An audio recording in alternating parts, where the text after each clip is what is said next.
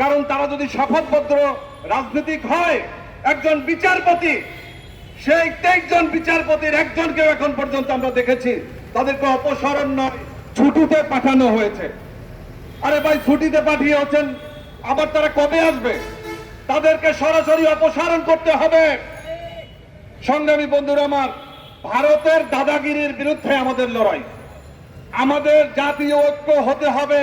যারা ভারতীয় আগ্রাসনের বিরুদ্ধে, তাদেরকে নিয়ে জাতীয় ঐক্য হতে হবে। কোন ক্ষমতার ঐক্যের জন্য আমরা রাজপথে ঘুরি না। আমরা চাই ভারতের রক্তচক্ষুর বিরুদ্ধে যারা চোখে চোখ রেখে কথা বলতে পারবে, যারা আমার বাংলাদেশের স্বার্থকে হাসিল করতে পারবে, জাতীয় স্বার্থকে রক্ষা করতে পারবে, তারাই ওই চেয়ারে বসবে। তা না হলে কাউকে আমরা চেয়ারে থাকতে দেব না ইনশাআল্লাহ। বিগত 5 তারিখে অনেকে বলে হাসিনার পতন হয়েছে।